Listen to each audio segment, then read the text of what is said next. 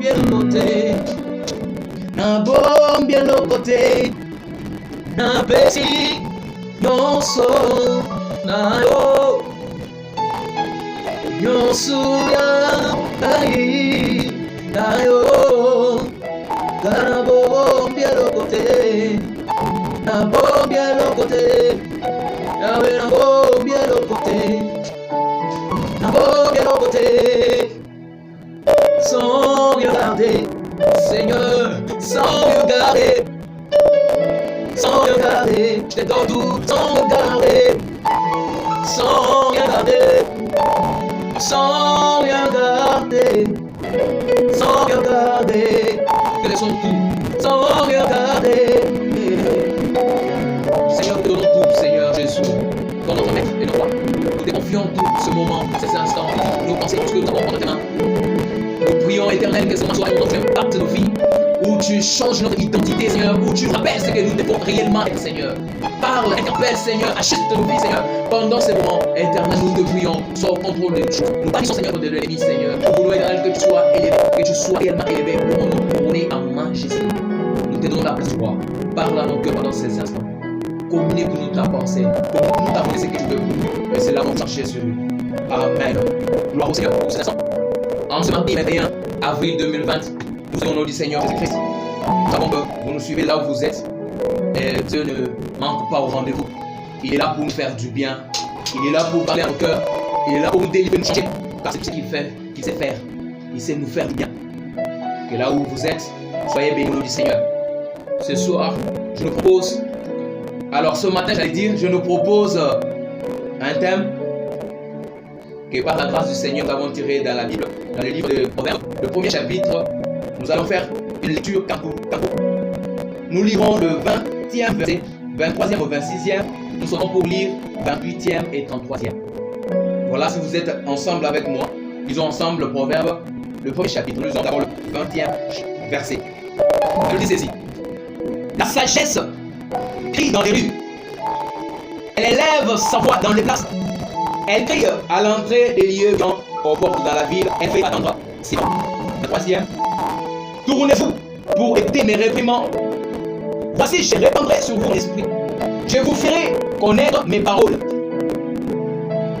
Puisque j'appelle et que vous hésitez. Puisque j'appelle et que vous hésitez. Puisque j'étends ma main et que personne ne prend garde. Puisque vous rejetez tous mes conseils et que vous n'aimez pas mes réprimandes. Verset 6. Moi aussi, parle l'Éternel, j'hérirai comme vous serez dans le bonheur. Je me moquerai dans la terreur vous saisira. 28e. Alors, ils m'appelleront et je ne répondrai pas. C'est tout qui parle. Ils m'échoueront et ils ne voudront pas. En troisième et dernier. Mais celui qui m'écoute, alléluia, mais celui qui m'écoute reposera avec assurance. Il vivra tranquille et sans craindre aucun mal. Je rélis ce 33e verset. Mais celui qui m'écoute reposera avec assurance. Il vivra tranquille et sans craindre aucun mal. C'est la parole du Seigneur. Nous commençons par dire que le thème d'aujourd'hui, c'est ce qui est en train de parler à l'homme qu'il a sauvé, à l'homme qu'il a beaucoup investi sur lui. Dieu est en train de parler avec beaucoup de tristesse à cet homme. Il dit, puisque j'appelle, puisque je tends la main. Alors, il existe plusieurs appels, mais de tous ces appels dans la vie, il en reste peu. Ils sont très présomptueux. Peut-être que l'homme n'en tient pas compte. L'homme ne tient pas compte des appels, ils sont très présomptueux. Alors, ceux qui lancent les appels dans la vie peuvent être des personnes morales, physiques ou spirituelles. Mais toutes ces personnes, étant que c'est Dieu qui est au-delà de tout. Dieu spirituel est au-delà de tout. Il est au-delà de tout selon Colossiens chapitre 1er, le verset 16 et 17. Il déclare que tout a été créé par lui et pour lui. Ce qui revient à dire que c'est les appels qui sont, ou l'appel qui est mis par Dieu, qui est adressé par Dieu, qui doit être au-delà de tout. Et nous parlons des appels dans cette exhortation. Nous parlons au salut, ce qui revient à parler de la repentance. Mais aussi nous parlons de l'appel au service, ce qui fait allusion à l'évangélisation. Pourquoi l'appel au salut? Parce que Dieu nous a rachetés. Et nous sommes sauvés. Nous sommes sauvés pour appartenir pour nous. Nous avons la foi qui nous a été donnée parce que nous sommes rachetés selon Apocalypse chapitre 5e de 9e ici. Nous sommes rachetés par Dieu. Que Dieu, Jésus-Christ a racheté pour Dieu les hommes de tout peuple, de toute race, de toute tribu. Il a fait de un royaume sacrificateur. Nous sommes rachetés par Dieu et nous ne sommes plus enfants du ténèbre. Car la Bible nous appelle enfants de Dieu. C'est dans Jean chapitre 1er verset 12e. Mais l'appel au service ici, on fait allusion à l'évangélisation. Je parle du service ici, pas selon notre pensée. Il n'est pas d'ailleurs honnête de servir au sein d'une église, de faire au sein d'une église appartenir à un département ou à un autre. Mais ici, je fais allusion plus à la pensée première de Dieu quand il est en train de parler du service. Il fait allusion, il parle de Matthieu chapitre 28, le verset. Il dit au 21 verset, là, il est en train de faire un au revoir. Il est en train de faire un au revoir à ses disciples. Il a dit que j'ai reçu de voix. Mais je ne m'en vais pas avec ces voix. Je vous les confie. Allez dans le monde. Le pouvoir que Jésus nous a donné, c'est manifesté lorsque nous sommes dans les services. Mais le vrai service, le salut des âmes. Voilà pourquoi nous assistons aujourd'hui à une église, à des églises. Il faut comme une femme pour laquelle la dot a été complètement versée. Mais cette dernière est en train de se comporter comme dans la jeunesse. Elle peut parler avec qui elle veut. Elle peut faire ce qu'elle veut. Mais non, ce n'est pas comme ça. Lorsqu'une femme est dotée, lorsqu'une femme est réellement dotée, nous sommes tous avec ici. Lorsqu'une femme est dotée, elle doit répondre à certaines exigences. Et Christ nous a rachetés. Christ nous a rachetés, nous qui sommes une épouse pour le Seigneur. Et nous ne devons pas rester dans notre manière de vivre sans tenir compte de l'appel à la mort de Dieu. Il est en train de parler. Dieu a un cœur attristé à voir notre comportement. Notre comportement qui est orienté vers nos intérêts. Pas dans le bon moment, ou dans le mauvais moment. Prêche la parole, c'est votre propre qui parle. Quel que soit le moment, nous devons répondre à ces appels.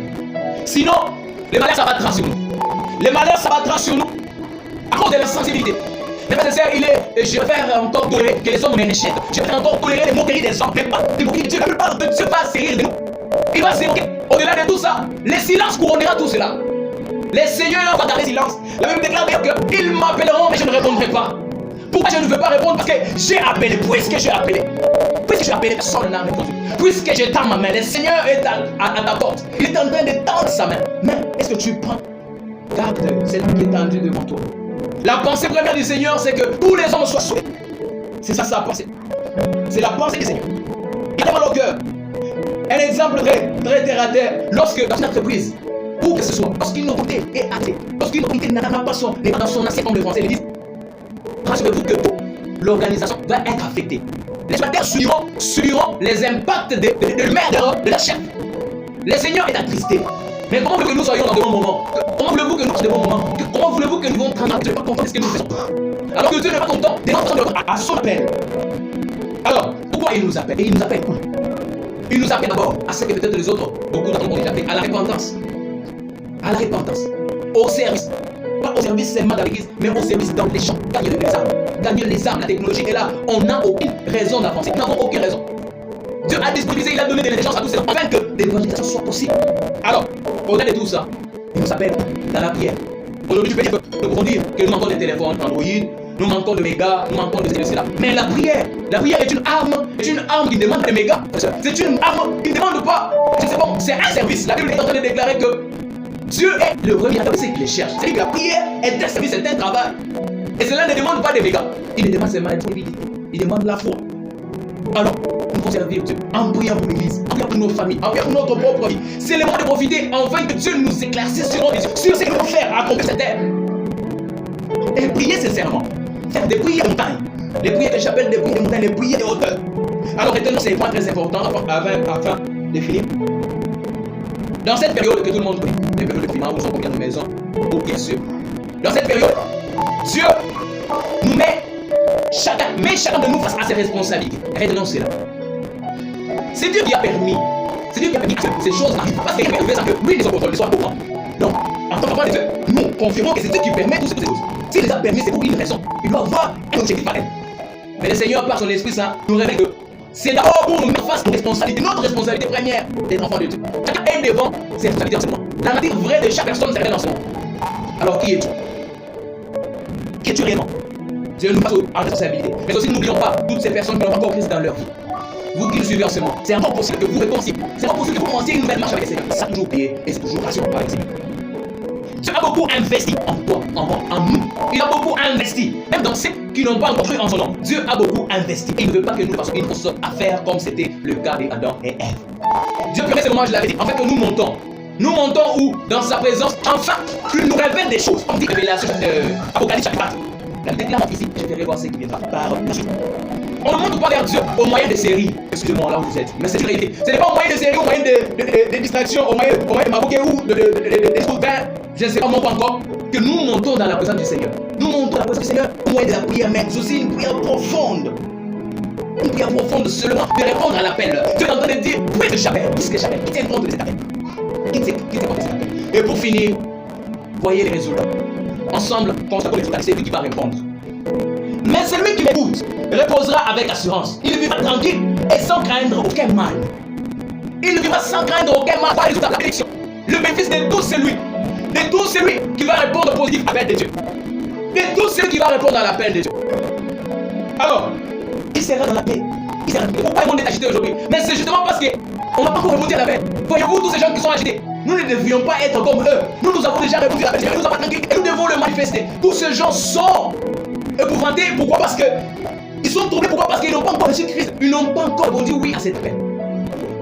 Ils n'ont pas répondu oui à cet appel. Alors, je vous prie de là où vous êtes, alors qu'on est presque à la fin de ce moment, de faire cet exercice. Alors, aujourd'hui, le monde a peur de la mort. Très peur même. Très peur. Mais nous sommes assurés. Parce que nous, aujourd'hui, la mort est une porte ouverte à la vie, encore une fois de plus. Nous, la mort est un gain pour nous. Nous, la mort ne peut pas nous faire peur. Alors, la Bible nous recommande d'avoir la tranquillité, de manifester au monde entier, nous sommes réellement enfants de Dieu. Nous sommes réellement achetés et nous avons un pouvoir. Et là où tu es, et là où vous êtes, Dieu vous bénisse. Alors, Jésus a vaincu la mort. Est-ce que tu le crois? Jésus a réellement vaincu la mort.